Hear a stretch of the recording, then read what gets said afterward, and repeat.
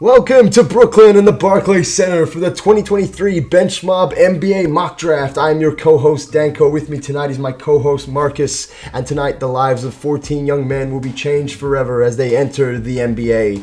Marcus, how are you doing tonight? Draft day is finally here, Danko. I'm so excited.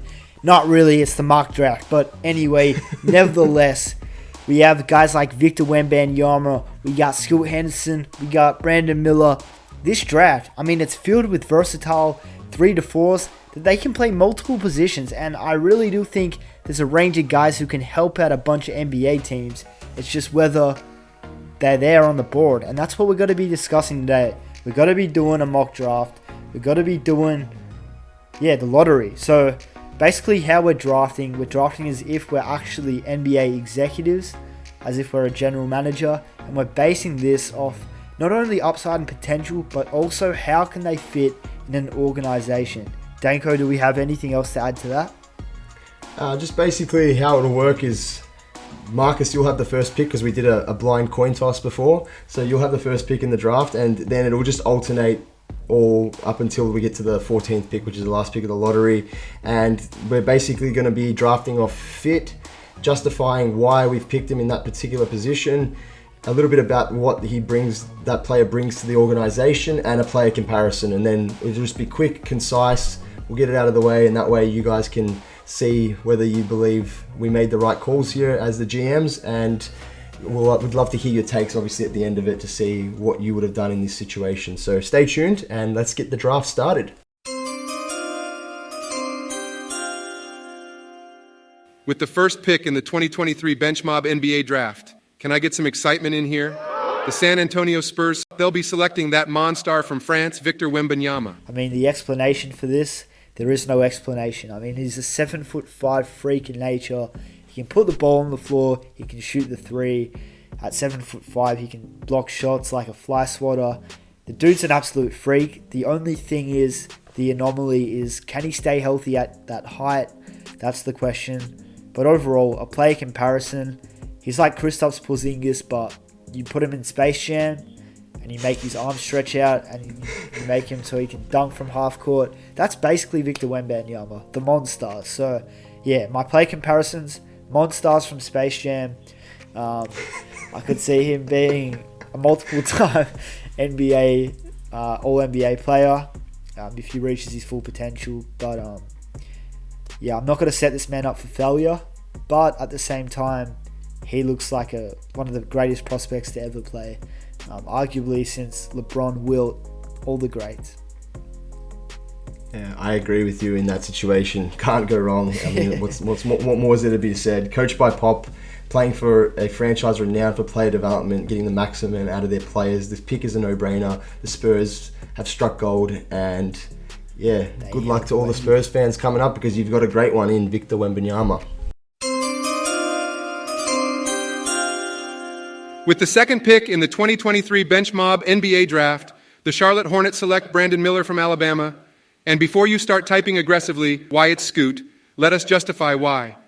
So, although obviously it was a two-horse race a lot of the time for the number 2 pick, or number 1, number 2 pick in Scoot Henderson and Victor Wembanyama after those G League Ignite games, Brandon Miller's moved himself into that slot now. Tall scorer with playmaking skills who can do everything on the court. He'd be an ideal complement to LaMelo Ball as one of the best three-point shooters in this draft, who also has above-the-rim athletic potential to be a star. Obviously, Charlotte could improve their last-ranked offense with a guy like Miller who doesn't necessarily need the ball in his hands to be effective. He's, got versatile defensive ability, can become a really solid two-way player and a two-way star in this league, the likes of Paul George, who is the player comparison. He's got that 6'9" frame, elite shot making. Obviously, there's some question marks, which we touched on in our last video, about his involvement in that incident, which might throw some teams off in picking him at number 2, but I'm not deterred by that. I think he's the best player available, fits in nicely with that team itself, and I think LaMelo Ball would thrive a lot more with a guy like this as opposed to a Scoot Henderson who needs the ball in his hands a lot more. So with that being said, I've got Brandon Miller at pick number 2. Yeah, I think that's the right pick. When you look at the Charlotte Hornets, they don't need another point guard, which people can argue Scoot versus Brandon. Personally, I think you got to take Brandon. I assume obviously you do too, but Brandon alongside LaMelo Ball, obviously he can catch and shoot. He can be that versatile wing that the Charlotte Hornets have always been lacking, and I think that's the perfect pick. With the third pick in the 2023 Bench Mob NBA Draft, the Portland Trail Blazers select Scoot Henderson from G League Ignite and decide in that moment Dame is gone for good. I don't think you can really go wrong here. Drafting Scoot, the only question here is, do you move on from Damian Lillard now that you've drafted Scoot? And do you build around a Scoot, Simon, Sharp, young trio? Or do you try to trade the second overall pick for that superstar that Dame wants? But what superstar is actually on the market? We don't know. We don't think there really is one. In terms of who they could go after, probably a guy like Pascal Siakam, Zach LaVine. But do those guys really make Portland championship contenders? Probably not. So in this situation, I think you would probably look at moving Dame personally, and you would draft a guy like Scoot, who, he's a phenomenal player. He can finish at the rim very well. He's quick. He makes plays for the guys around him. He's working on that three ball slowly but surely, and we've seen that throughout his time in the G League Ignite. And I think you can't go wrong with this pick. He's an all-star. I think you would expect him to be a perennial all-star in his NBA career, much like a John Wall, who I had him as my play comparison for Scoot Henderson. And I think you definitely go in the direction of Scoot, as crazy as that sounds, because obviously Dame is that franchise GOAT for the Portland Trail Blazers, but that's who I have it going through.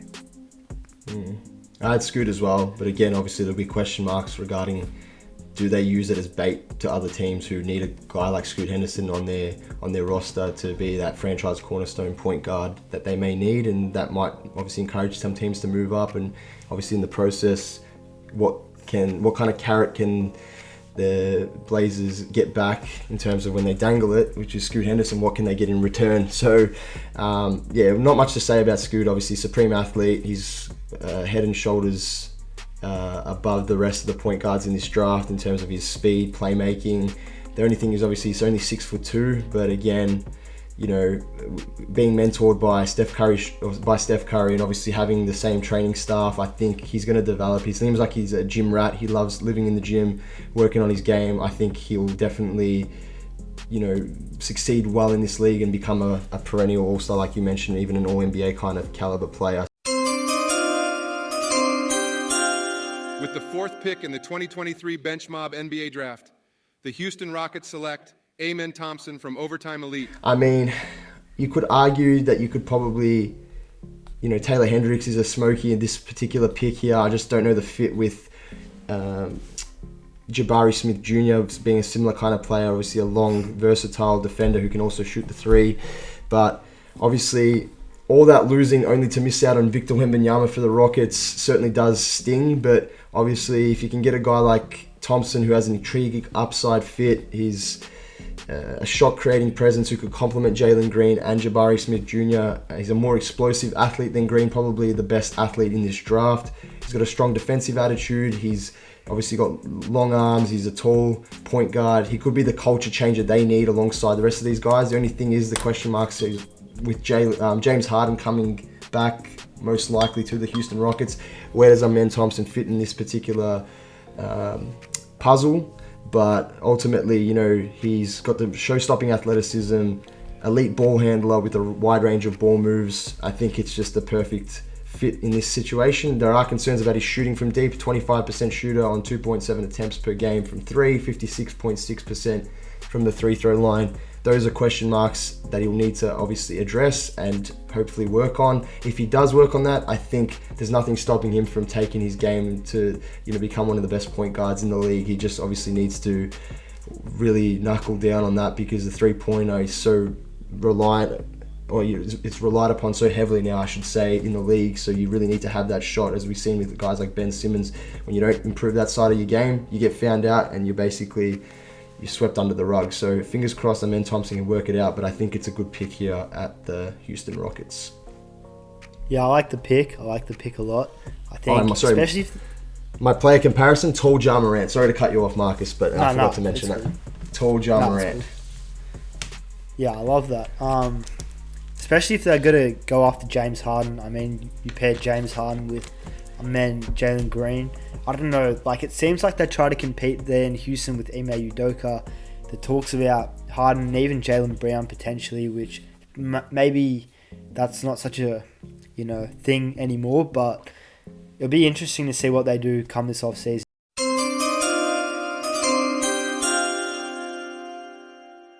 With the 5th pick in the 2023 Bench Mob NBA Draft, the Detroit Pistons select Taylor Hendricks from UCF. Look, the Pistons want to go into a new era with this organization. They've got Ivy, they've got Cade, they've got Durant. They're kind of missing a wing, I think. They traded Sadiq Bey. Now they bring in Taylor Hendricks, who's almost a taller Sadiq Bey to me, with less of a bag. But he's a 6'9" shot blocking machine who can put the ball on the floor. He can shoot the open three. He can shoot three off the catch. I think he could be great playing off the ball. He's an athletic beast, and yeah, he gets a lot of steals. He gets a lot of blocks.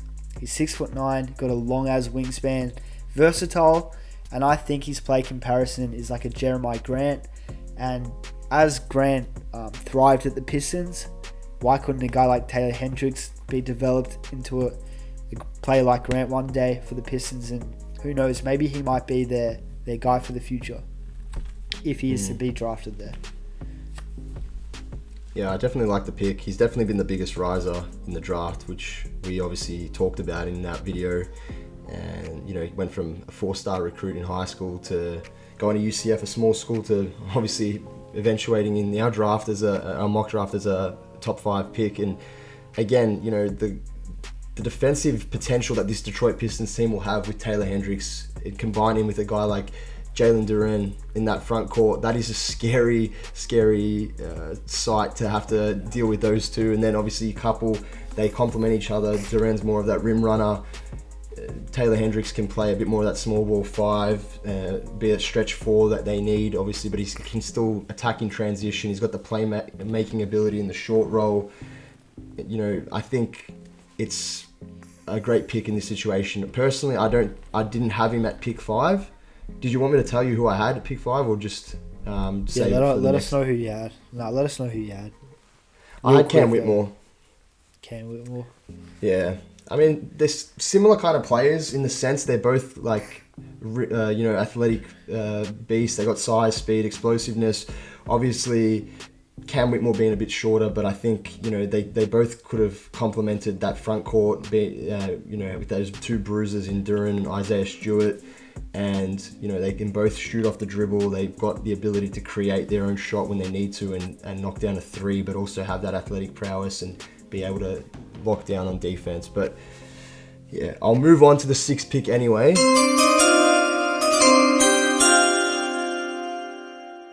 With the 6th pick in the 2023 Bench Mob NBA Draft, the Orlando Magic select Cam Whitmore from Villanova University.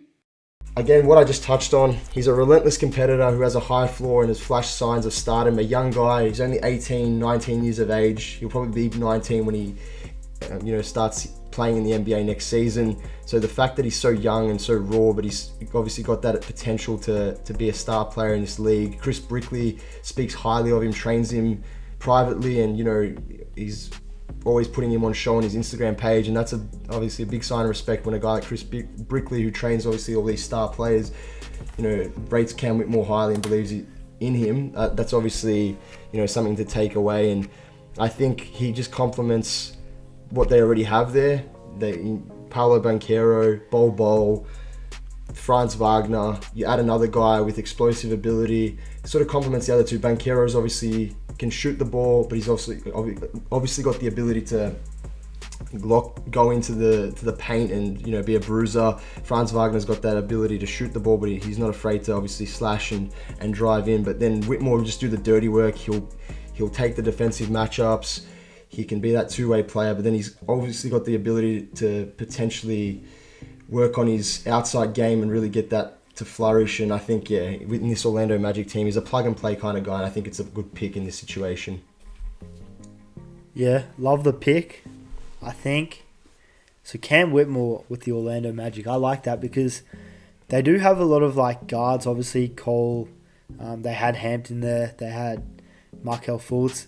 And if they were to draft another guard, it would be like, even if it was a shooting guard, that wasn't like a Cam Whitmore, it would be very questionable because it's like, how many ball dominant like guards do you kind of need? But Cam Whitmore's a bit different to them.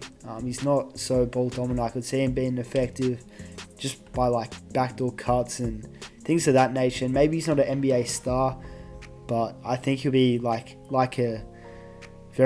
be like a glue guy around the league who could last a long time and just do his role for years to come. Much like an Evan Turner type of guy who played like 15 plus seasons.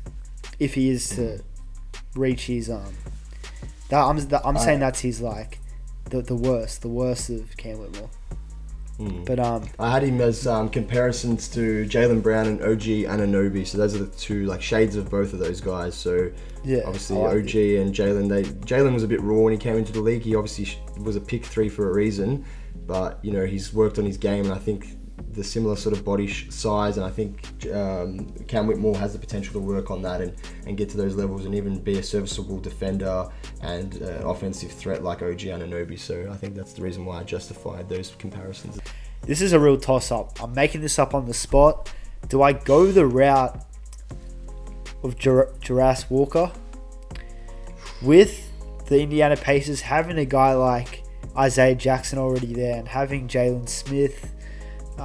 Those two youngsters, you know, you want to prioritize their development, but at the same time, if I was to go with the other guy who I have in mind, which is Azar Thompson, how does he kind of fit on this team with Benedict Mathurin, who I completely forgot about? That's who I originally had, because Mathurin, I don't know, I really rate Mathurin, and the fact that you got to pair Azar Thompson with Tyrese and Mathurin, I don't know, it's like 3 guards together. I don't see Azar as a small forward. So I think in this instance, I don't know how good Isaiah Jackson's going to be in the league, and I think Jalen Smith has more upside than him. I think he'll be a better player, but even him, we don't know how good Jalen Smith will be in the NBA. So I'm going to take...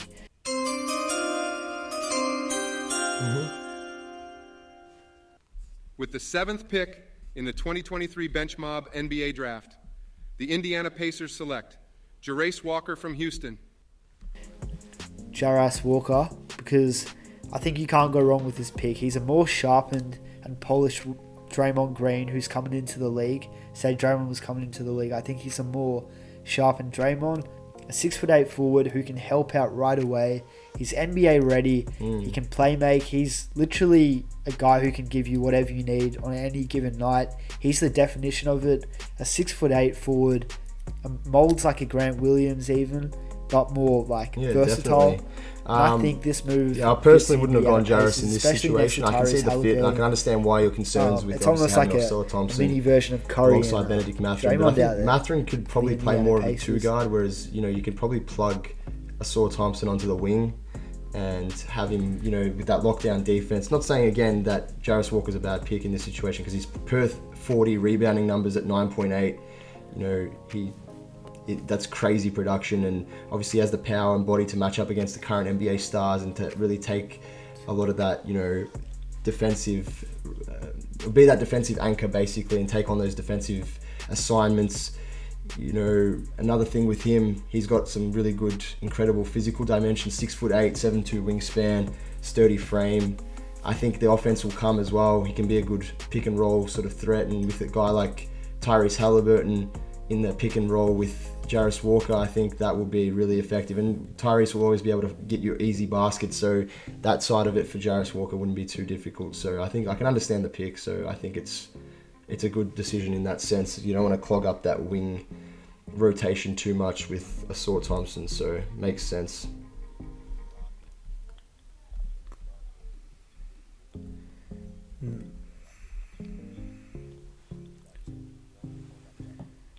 Yeah.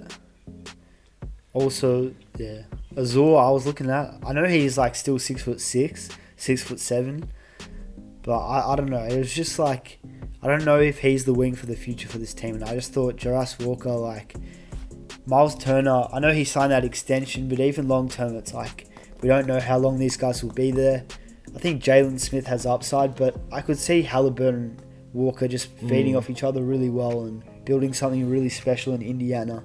Whereas Azar, I don't know. Like, I could also, but then I look at Benedict Mathurin, Chris Duarte, and I want to prioritize like what they already kind of have in Indiana. But yeah, that's enough said. You've thrown me a curveball now, because it's just my Wizards as well. So I'm acting as the GM for the Washington Wizards in this particular situation. Now I don't know who to go. Oh God, I kind of just want to go my original pick that I had here, but I can't let Ausar Thompson slide that far. Like, he was projected in my mock draft to go 6. That's what happens in the NBA though. Players slip that you don't expect. Justice Spencer, remember that? Randall, like, too much of a this is the positioning where players usually slip. 6, 7, 8. Randall, Winslow, like these types of picks. It's like, it's a tricky one. Alright. This might be controversial, and don't hate me in the comments for doing this, but With the 8th pick in the 2023 Bench Mob NBA Draft, the Washington Wizards select Anthony Black from Arkansas. so that's another logjam as well there, you know what I mean? And I think we want to develop those guys. I think there's potential there. And I don't get me wrong, they're two different kind of players, but Denny, he's already shown that the signs of being a potential elite defender and all defensive kind of player. And Corey Kispert obviously can knock down the 3. I think Ausar Thompson not having a 3-ball hurt him in this situation, but obviously Anthony Black doesn't have that either. But being able to be that point guard of the future, a guy that can defend well, being a taller point guard at 6'7", which is what there's the mold that a lot of these teams are looking at, and having a point guard of that size running the offense.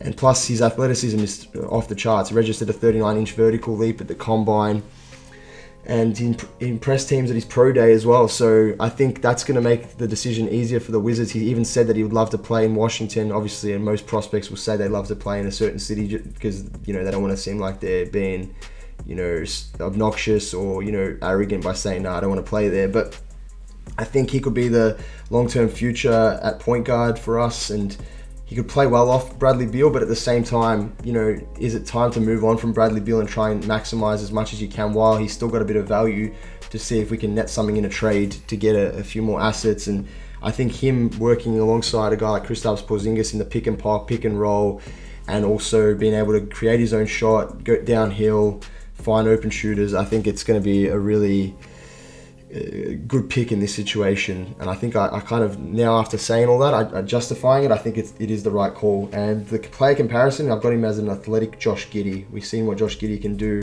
with limited athleticism, and he's still making it work. So there's no reason why Anthony Black can't even take it up a notch even further than what Giddey has so far in his career. Nah, to be honest, I rate the pick. Being a very, very, very casual Razorbacks fan, I watched a bit of the games, and Anthony Black, I kind of fell in love with him a bit. My play comparison I had for him was MCW. With his defensive upside, I think he could really make an impact right away, like MCW did in his rookie year. And we know he went on to win the Rookie of the Year. So if Anthony Black is to be a Washington Wizard, I'm calling it right now. Direct message and warning to the NBA. He's got to win the Rookie of the Year. He's taking it home. Might be controversial, but it's going to happen. Yeah, and plus with the question marks over Johnny Davis, pick 10 last year, not really having the best production, I don't think it would hurt to take another guard here. And I don't think we really need another wing. So we've been aching for that point guard of the future for us. So yeah, I'm happy with the pick now that I'm thinking back on it. Yeah, it's a good pick, and I think this one's a bit of a no-brainer. The one we have next up, pick 9 of the Utah Jazz. The guy slipped way too far for me to not pick him. I think this has to be... With the 9th pick in the 2023 Bench Mob NBA Draft, the Utah Jazz select Ausar Thompson from Overtime Elite. Just to sum it up, OJ Akbaji is there, who's a promising guard for the future. 6'5", can play defense, can shoot a bit from 3. But besides that, THT's there. He strings together a couple good games and then drops 6 points off 6 for 25 shooting. I think you take Azar, you develop around him like you kind of did with Donovan Mitchell. You give him the keys right away. You let him go to work, and although he's not a great shooter just yet, like his brother, the skills that he does share, they're off the charts. I mean, his athleticism is insane. His defensive IQ, his ability to get to the rim. He's not as good of a playmaker, but I think you develop that three-point shot, I think he's going to be a problem in the league. It's just whether he's given the keys, and I think this is the perfect scenario for a team that can give him the keys in the Utah Jazz. Yeah, and the fact that he's got that two-way ability, or can be molded into a two-way starter, obviously, and develop his playmaking from that wing spot, I think, he's got all the tools there. And if, like you said, if he gets handed the keys and just is allowed to play freely and make mistakes, then I think he can definitely become a really good player in this league. Who's your comparison for Azor Thompson? Oh, yeah. So Azor, I had Andrew Wiggins. I think a bit of a no-brainer. I mean, Wiggins coming into the league, like Thompson, wasn't a great three-point shooter. Both freak athletes. Both bit... Because Azar's not really like his brother. He's not a great playmaker. Neither is Andrew Wiggins. So I think they're awfully similar. And I think, although people say you can't compare plays to the Thompson twins, I think Azar you definitely can. I see a lot of similarities with him and Andrew Wiggins for sure.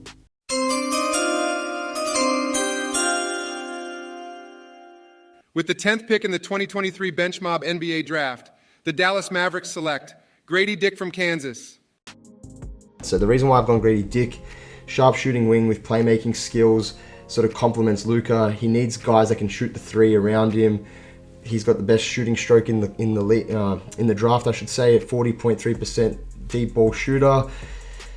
He helps this team immediately. Obviously, there's question marks about his defense, and with the Mavs being a terrible defensive team, that doesn't really help them in the short term. But in the long run, I think he can develop that potential to be a really good defender, or above average defender at least, because he's got long arms, he can get into passing lanes, and he's got above average athleticism as well. So I think in this situation with the players that were available in terms of fit, I think Grady Dick fits best here.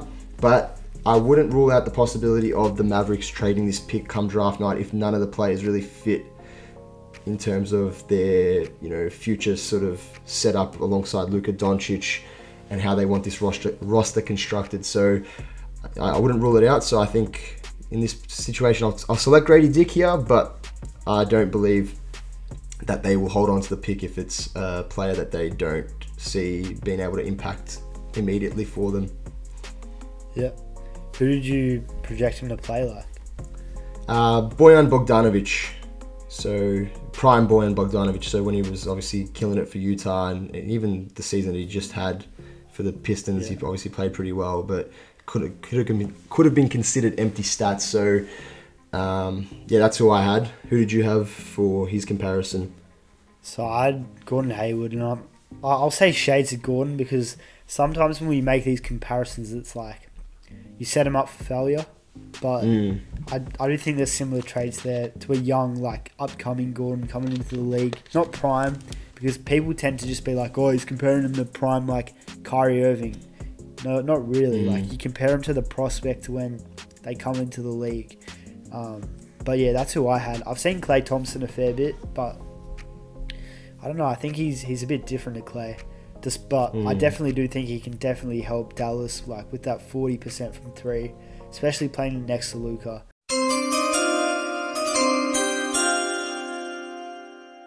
With the 11th pick in the 2023 Bench Mob NBA Draft, the Orlando Magic select G.G. Jackson from South Carolina. In the NBA draft, there's a bit of there's something you don't expect, and in this instance, it's G.G. Jackson. I mean, very, very boom or bust type pick here. He definitely could bust at pick 11 for the Orlando Magic, but a 6'10" guy, or 6'9", 6'10" guy who has the ability to create his own shot, developed correctly, this guy could be insane. I think, although he's not efficient at the college level, he's had some really good games, and he averaged like 15.5 points. Not the most efficient shooting splits, and not the best conference playing for South Carolina, but I think when you just have that ability, you're 6'10", and you have the upside to take it to the rim, go on the post, score in the post, and then go in the outside, hit some jump shots. Like, he's basically a guard at 6'9", and you pair that with Paolo, you pair that with Bol. You got 3 oversized big guys who can play like guards. I think that could be damaging, and if they run with that theme, to me, he's worth the risk at pick 11, I think. Because I just think the upside's off the charts here. It's an upside pick, and if it pans out, it's a nightmare to deal with for all teams in the league. But then again, it could also bust and be a terrible pick, of course. But that's who I have. I think if any team's going to risk, swinging for the fences, it's probably the Orlando Magic, because they do have 2 picks inside the top 12, so they can kind of afford to. And if they, I guess, hit on that pick 6 with whoever they decide to draft, then this one can be like, well, we'd rather take the risk on a guy like G.G. Jackson, who's obviously the youngest player in the draft, who's shown upside in terms of his size and obviously on-ball scoring, his long wingspan at 6'11", and he was very productive at South Carolina last year. So I reckon you're not too far. It's not too far of a reach, I should say, to say that Orlando would actually pick him in this situation. But again, they might want to say, like, having this pick at number 11, could we find someone again that immediately impacts our team and tries to make us better straight away from the get-go, rather than sort of just thinking, is this gonna work or not? But again, I don't see it being necessarily a bad pick. This one's tough now, so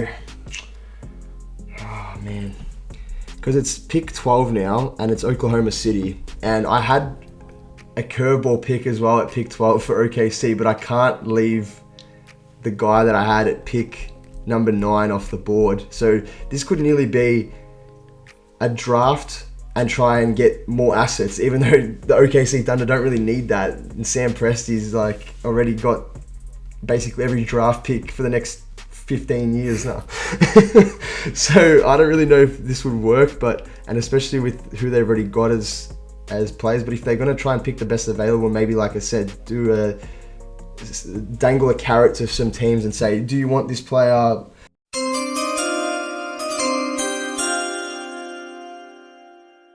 With the 12th pick in the 2023 Bench Mob NBA Draft, the Oklahoma City Thunder select Cason Wallace from Kentucky. I'll be honest, I'll tell you who I would have picked here in this situation instead of Cason Wallace. It was Leonard Miller from G League Ignite, because they can afford to gamble with all the draft picks they have. Big man with guard skills, he's growing into his body. I think that's the kind of player. It's like a similar kind of thing to J-Dub, Jalen Williams. He's like, he comes into the league, he's a bit maybe, hasn't come from the highest caliber school in Santa Clara. I'm not saying it's not a high caliber school, but in terms of, like, it's not a blue chip sort of school. So at the end of the day, or blue blood, I should say. So that's why I was going to go Leonard Miller in that situation, and he has been rising up draft. That's why I went Leonard Miller in that situation, because he has been rising up draft boards. But the reason why I went with Cason Wallace, again, he was number 9 on my big board. He's a game-changing point of attack defender who fills gaps on offense as a playmaker and as a shooter. He appears to be a safe bet in this situation, obviously, to have a long and successful career as an NBA point guard. 6'4", he's got the size, skill set, motor. That suggests a very high floor, in my opinion. If his ceiling proves to be higher than expected, he could be a steal at this pick, because, again, I had him in the top 10. He's a disruptive physical defender, and on offense, he displays an advanced feel for the game. Ball handling and passing is on point. He isn't the fastest player, but tends to get to his spots and get past defenders with his timing, his strength, and obviously his three-point shot needs to improve. But again, being in that OKC system with superb player development, whether they decide to keep him again, because the fit with SGA, Josh Giddey, J-Dub, those kind of players, they're all sort of guys that, are similar kind of a mold. So I don't know if Cason Wallace really fits there, but again, if they pick him, then I know a team will obviously want to trade up to garner his services, and then that means that they might be able to get another asset in exchange for that at OKC, which again wouldn't hurt them. So yeah, I don't really like the pick in this situation, but again, he's best available, so you kind of have to go with him. Yeah, no, 100%. And it's also like OKC, like, I don't know, of course Giddey's their point guard, But you bring in a guy like Kayson, like you want someone who can impact right away, and the guys below, I don't know if they really need him. So say like a guy like Keontae George, you already have Trey Mann who can play that role. A guy like I'll leave the other name out because I have him going somewhere. But I think it's a perfect pick, to be honest with you. Like it's a safe pick. It's a win for the Oklahoma City Thunder. I think he makes them better, and if they want to push for the playoffs, Kayson Wallace is one of the few rookies in the draft who can kind of help a team out right away, because not many rookies can really do that, but he has the ability to definitely do that. And for my player comparison for Kayson Wallace, I had shades of Drew Holiday.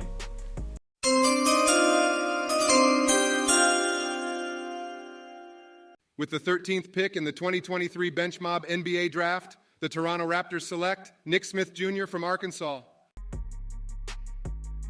Okay, so according to 247 Sports, once upon a time, Nick Smith Jr. was actually the first ranked prospect coming out of high school. He's drawn comparisons to guys like Jamal Murray, fellow Canadian, and I mean he's a 6'5" player, I should say, who has athleticism, and he was supposed to go top 4 to 5 in the draft, but then he got that injury, and since he had that injury, he hasn't really been too good. I mean, Smith only averaged 5.7 points across the Razorbacks 3 games in the NCAA tournament, and he shot 6 for 23, so that really hurt his draft stock.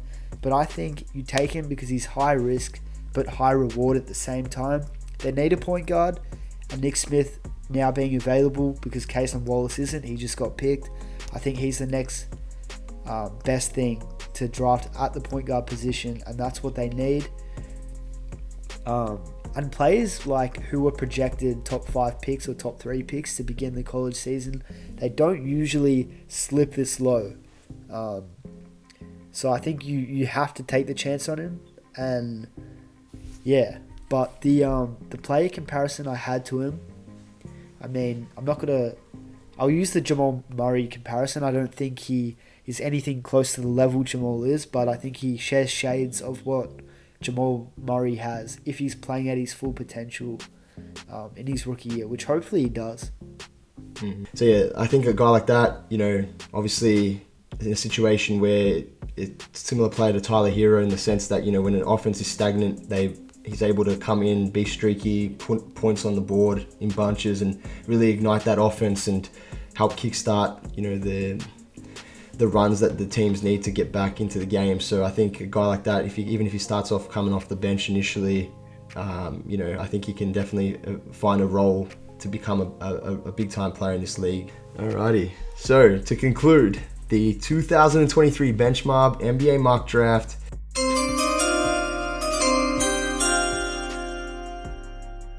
With the 14th pick in the 2023 Bench Mob NBA Draft, the New Orleans Pelicans select Kobe Bufkin from Michigan.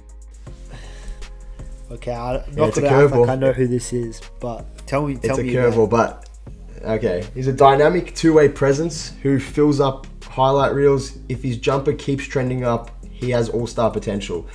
And the reason I justify this is finding natural point guards who possess first-round talent is becoming more rare as NBA drafts pass. Bufkin has the full package to run an offense and be a scoring threat in every corner of the court. He saw his shooting numbers increase by 10% from the field and deep during his sophomore season. He plays with high energy on both sides of the floor and could rise up big boards as teams get closer. Look at him, obviously, during the combine and the pre-draft process. So, obviously, I've had him here. I had him at 13 going to the Raptors, but obviously with you picking Nick Smith Jr., he slid down one spot, but he could even rise up further in the real draft when it's all said and done, when it comes time to obviously the draft night creeping up on us. That could be a realistic possibility, but I guess selecting him here, even though they've got Dyson Daniels at the point guard spot, and he can develop into that point guard of the future for them. We obviously didn't see much signs of that in his rookie year, so not saying they give up on Dyson Daniels straight away, but I kind of think you have to take a guy like Bufkin who's improved so much, and can add so much both on the defensive side and also being able to run an offense, which I think they've sort of lacked a little bit, the Pelicans. They got CJ McCollum, who's not really a natural point guard. He's more of like an undersized shooting guard. So having a guy like with natural point guard skills who can help maintain the offense, help get it, directed. They do obviously utilize a lot of small forward play, like point forward sort of play from Brandon Ingram, bringing the ball up and, being like a tall point guard, or even when Zion was healthy, he was like a point forward. So that's kind of how they were utilizing them in the offense. So they didn't really need a natural point guard, but if they have a guy like Buff can come in, I think he's very much going to add a lot of upside to that Pelicans team, both on the defensive side and obviously in terms of just running the offense for them. And the comparisons that I have for him are Tyrese Maxey and Emmanuel Quickley molded into one player. So I think if he can end up being anything like either of those two players, then it's a win for the Pelicans in this situation, and it's an immediate upgrade on Dyson Daniels. I'm not saying I'm giving up on Dyson, but the jury's still out, and I think he just needs to be a bit more assertive. I feel like he's too nice of a guy. He doesn't have that killer instinct in him. Maybe that's just because he's quiet and I'm underestimating him, but I think Buffkin's got more of that. He's trending in the right direction, and I think it's a good pick in this situation. Got that dog in him. Yeah, definitely. Yeah, I need to see more of this guy. I'm glad you put me on. I'll take a look at him after the video. But 100%. He sounds like a hell of a prospect. Like, this is why I love doing these mock drafts, to be honest with you, because I don't really watch too much college ball. But when the draft runs around, you got to educate yourself on the next coming NBA players, who's coming into the league. Because you don't want to come in being like a casual and be like, oh, have you seen John Hawkins recently? Like, nah, you want to know who they are before they enter the league, so you have an idea of how they can impact the team that they're on. But yeah, I really enjoy this type of stuff. Love me some draft content. I think we did pretty well. Yeah, I think there was some notable snubs. Obviously, in my draft at least, I didn't have Keontae George. Yeah, neither. And then obviously I had Leonard Miller at 12 from G League Ignite going OKC. Obviously slips out of the mock draft now because we weren't picking individually. But most of the picks we were pretty on point with in terms of like where the full 14 or who the full 14 were. But obviously it was just positioning was different and a couple of guys slid out. But you threw that curveball in with GG Jackson, which sort of threw off the draft a little bit, but that's always a good thing because we want these kind of mock drafts to be more realistic to how an NBA draft would be and how some teams may swing for the fences. But all in all, I think we did a good job. Let us know what you guys think. Who would you have included in the lottery? Who did we miss out on? Who's your favorite prospect in this draft? Who's got the most upside? Whatever you want to comment, feel free to leave it. We love the interaction. We love our subscribers always commenting, leaving comments. We're very responsive with them as well. So, it doesn't hurt to comment, and we'll definitely get back to you. Absolutely. But yeah, that's pretty much all I have to say. If you guys did enjoy this video, just leave a like, leave a sub. Be more than appreciated. We're on the road to 1,000. We really want to get that by. The goal's like 2 weeks, to be honest. We want to get it ASAP. But obviously it's only realistic if you guys make it happen. So show us some love. But yeah, that's all I have to say. I'll wrap it out on my end. For now, I'm out. It's been Marcus. From your boy, appreciate you. From your boy Danko, this has been an absolute pleasure, and we will see you in the next video. Peace out, guys. Let's go.